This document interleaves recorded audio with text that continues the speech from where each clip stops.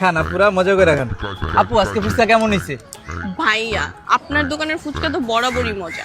মজা দেখলে তো আপনার দোকানেই আসি সবসময়। ঠিক আছে আপুরা, মন ভরে খান। ঠিক আছে ভাইয়া। ভাইয়া বিল কত আসছে? বিল আপু আপনার হয়েছে 500 টাকা। 500 টাকা মানে? একটা ফুচকার প্লেটের দাম তো মাত্র 50 টাকা। আপু ফুচকার দাম 50 টাকাই, কিন্তু আমার দোকানের একটা রুলস আছে। আমার দোকানে যারা সুন্দরী মেয়ে আসে তাদের জন্য ফুচকার বিল 500 টাকা। কি বললেন ভাইয়া আমি সুন্দর? আচ্ছা ঠিক আছে, নেন 500 টাকা। ঠিক আছে আপু, আবার আসবেন।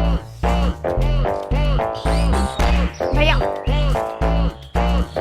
আমার বিলটা কত হয়েছে? আপু আপনার বিল আপনি 50 টাকাই দেন।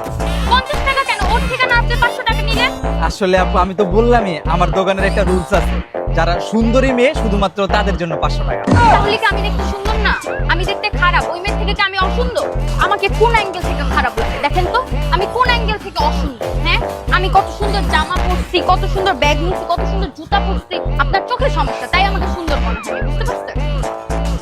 মুডটাই খারাপ করে দিল। ও যদি